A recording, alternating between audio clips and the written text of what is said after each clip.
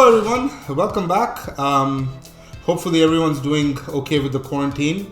Please stay the bleep home, okay? And let's save lives and let's get through this corona crisis together. So today, the recipe I have for you is going to be a life-altering one for some of you.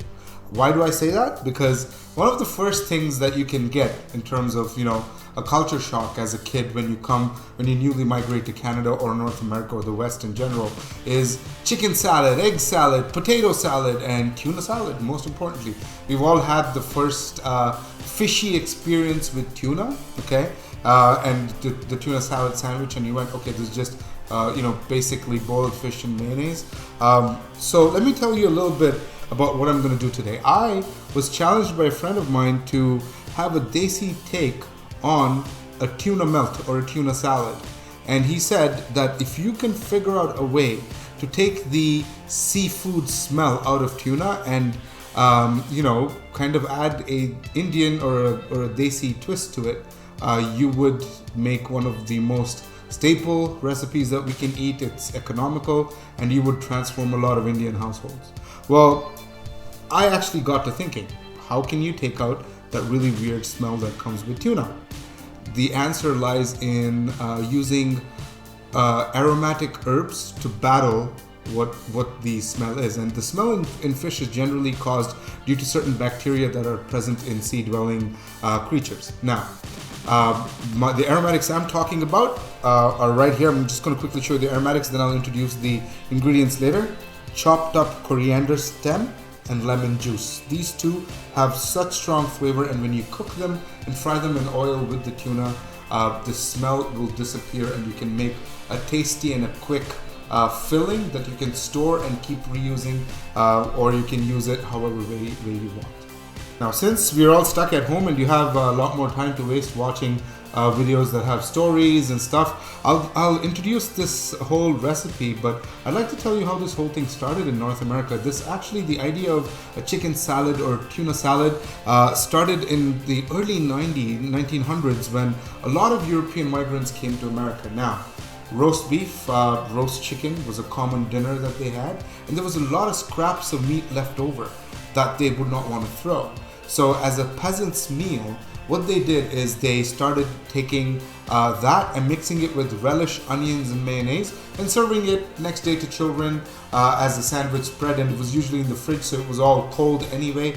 That was the whole, starting point of these sandwiches. And late 1920s or so, tuna was actually in a sense discovered as to being an amazing fish for this, and they started perfecting the canning process, and that's how tuna salad that we know today came into existence.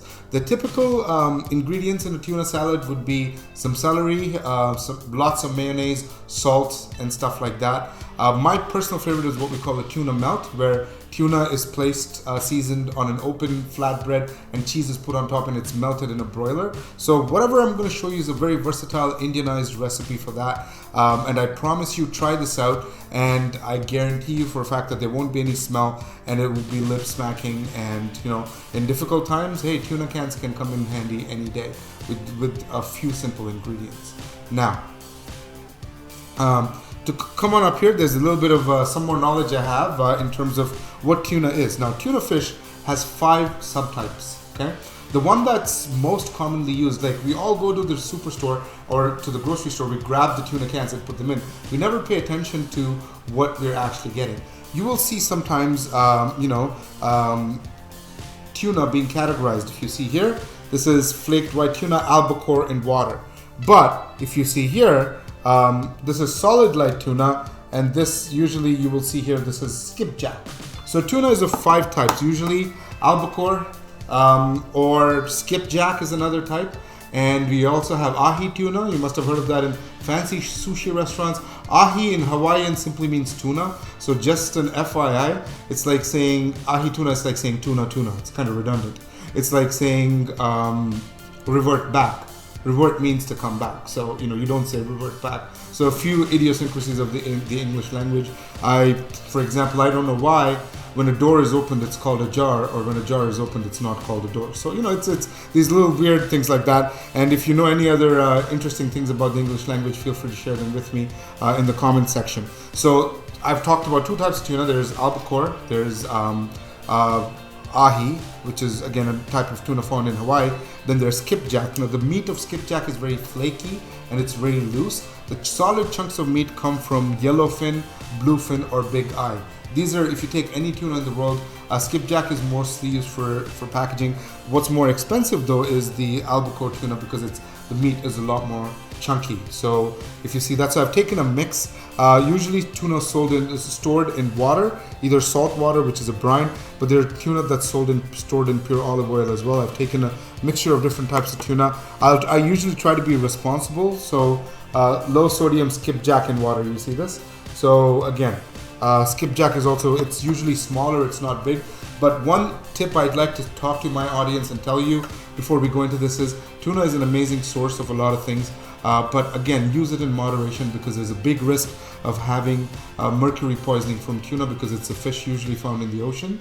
And a fish has a bigger chance of having a lot of mercury in the flesh if it has a habit of eating other fish. So tuna feeds on tiny other fish, so please be mindful of that. So now to get started, here are the list of my ingredients. Okay, first and foremost, the aromatic lemon juice that I have. I don't have fresh lemons because I'm trying to minimize visiting the grocery store. Ginger garlic paste, and a cup of either tomato puree or tomato paste, or if you don't have that, take a tomato and slice it up tiny. I have nice flavored tomato puree, and here I have, you can't see it here, but there's some salt, freshly cracked black pepper, cumin, coriander powder, red chili powder, turmeric, and garam masala. And here I have a little bit of butter, a small cube, less than an inch of course, finely chopped green chilies, coriander stems and coriander chopped, and onion. And to which today I have villaggio bread to make. I'm not going to do the melt, I'm just going to make this. And to this you can add either yogurt or mayonnaise, whatever it is. I have the mayonnaise in the fridge, and when the time comes to making the mix, I'll show everything to you. So come on up and let's get started. Start and make this life-changing dish, and I'm starting by switching on a pan. Non-stick pan works best. Once that is switched on, taking my butter, adding it here, letting it melt, just so that my butter doesn't burn. Add 2 tablespoons of oil. Don't add too much because the tuna comes with its own oil as well. And once that is done, okay, simply add the onions, green chilies, and the coriander stem. So I'm going to bring this up and add it right here. Onions, green chilies, and the coriander stem right there. Okay, chopped coriander stem, not the coriander. Okay. So once you do that, we'll start sauteing this. Sweat out the onions a bit. You can actually make the masala tuna and add raw onions at the end, but remember one thing, folks, when you add raw onion to anything, you are reducing the shelf life of that product, because onion gives out a lot of pungent smell and water as well. And if you want to store this for a longer period of time, water is one thing that you have to minimize. That's why I've opened up the cans here and I've drained them out of all the water. I've just kept the oil. So in order to sweat the onions, I'm going to add a little bit of salt. So just, you can see, just a quick sprinkle. See this? Quick pinch. And that's it. You don't add more than that. Let this fry up. And once this is being, sauteed, go ahead and add the ginger garlic paste. You want to take any raw smell off of the ginger garlic out. So go ahead, feel free to add that. Let it saute along with the onions. Okay? Now, turn up the flame.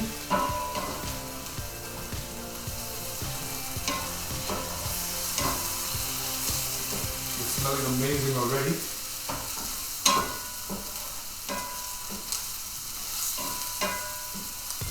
You can also make this as spicy as you like.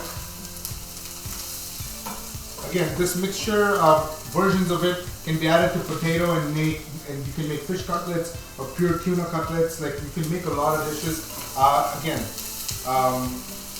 Tell me what you think you would use this mixture for. If you have any other creative uses, you can use it as paratha stuffing, you can make a roll, you can make a lot of things. It's versatile. You can add yogurt, 1 spoon just before if you don't like mayo. You can do a lot of things, okay? So once that is done, what I'm gonna now do is go ahead and add my powdered spices. You know, all the amazing spices I have here. I'm gonna go add them up all at once. Salt, turmeric. I'm just going to toast the spices gently, bake them up a little bit, you know, for the flavor. Okay. After which, I am going to add the tuna. 1.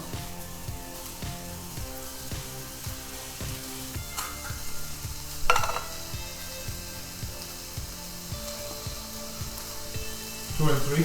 Notice that tuna also has light meat and dark meat. If you see the third can, it's a little darker than the other two. So again, light meat is a bit more expensive, but always go for lighter tuna because it's a better part of it. Okay, and then I'm gonna add the one in olive oil finally. It doesn't come out usually; it's neatly flaked up. This is also the skipjack. You can see the skipjack is not as muscular or as chunky as the other type of tuna.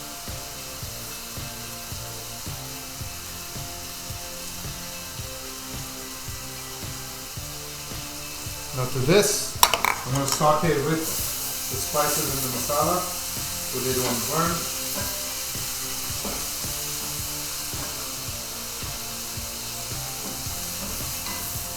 Good. And once you do this, I guarantee you the smell automatically disappears. Let the fish absorb the spices and the masala.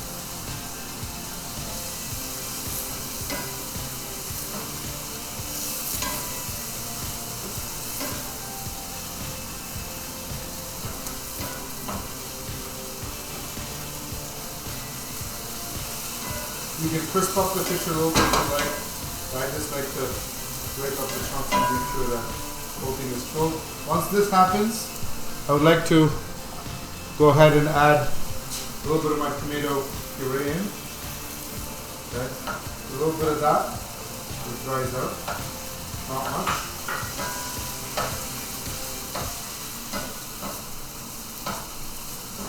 You can add, like I said, tomato paste or anything else.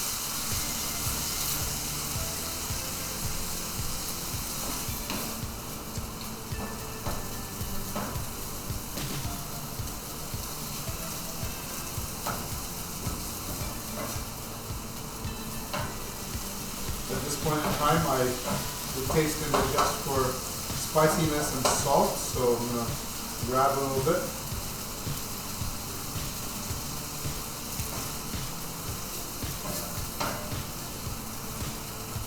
Actually, it's quite tasty. I personally would add a little bit of chili powder and some garam masala. This is exactly what I'm going to do. I like it a little more spicy, but that's my taste.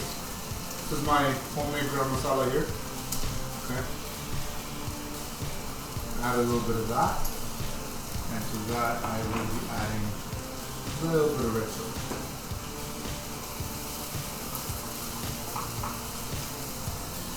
A little extra.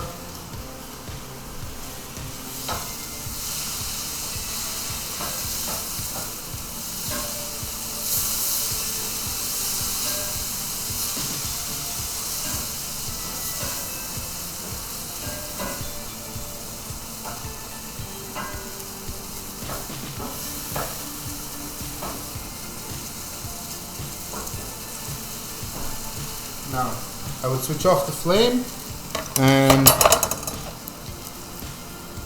finally add chopped coriander with the stem and mix it up. And by now, any smell or anything that you might have should be completely gone. It should get a nice flavorful twist to this amazing fish mixture. see the fish caramelizing out at the bottom, so it's perfect.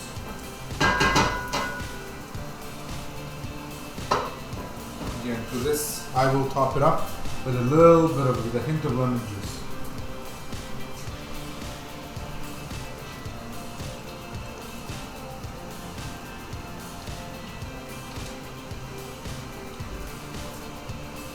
Again, if you have fresh lemon juice, it's good. I'm consciously trying to avoid any grocery stores at this point, just trying to make do.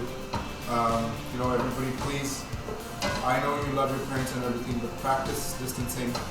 You know, at least 6 feet if you have to go out. Wash your hands before, during, after. Try not to touch your face. Same thing, let's work together as humanity, come together and beat this COVID thing. And if this COVID thing is beaten successfully, which I think it is, with minimum casualties to our loved ones, we could always have like a Dr. Foodie COVID beating party, you know, like, you know, I'm open to ideas and new recipes. So now that this is done, I'm going to taste it one last time.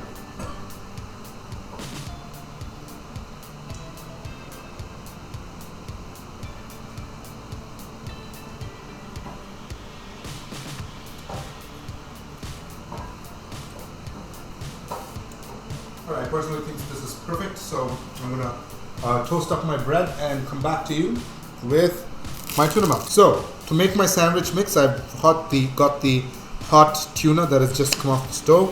I'm gonna dab it with a little bit of mayo. All right, and again, mayo to taste. Mix it up. I personally am going for Swiss cheese. You can put this and melt it and put it under the broiler. I'm not that patient today, so I'm going to add the sliced cheese to this. Okay, the heat should melt off the cheese to a little bit. If not, when it goes on the hot bread that's in the toaster right now. Okay, like this. Again, feel free to add a garlic mayo or whatever mayo you personally think you like. Feel free to add that. Okay.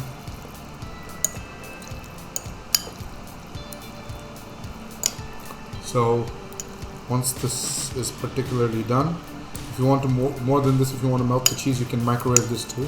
Cheese melts very quickly when it's microwaved. Best thing though is to put the cheese on top of the mix and then broil it until the cheese melts off, as if this is French onion soup. Golden bread. All right, I'm going to take the bread immediately. Again, look at the crispiness here. Okay, take this, simply put it on top of the bread. Okay.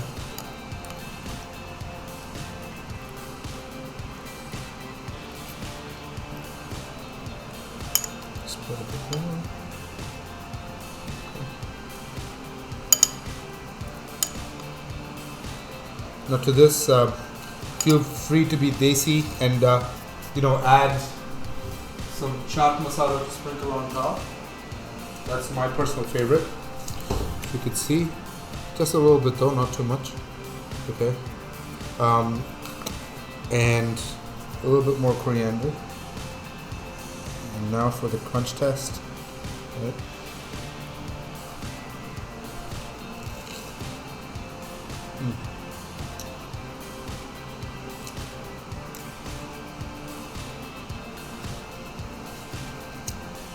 That was awesome, folks. There are about 10 variations to this recipe. One thing I can suggest is, if you want, you can add a green chutney where it's coriander, mint, and green chili with yogurt, and then cook the tuna in that. There's a Thai version you can make. You just add some red curry paste as the tuna is frying, and end it up with a splash of coconut milk. The Chinese or the Asian version, where you add sesame oil with ginger and garlic and soy sauce.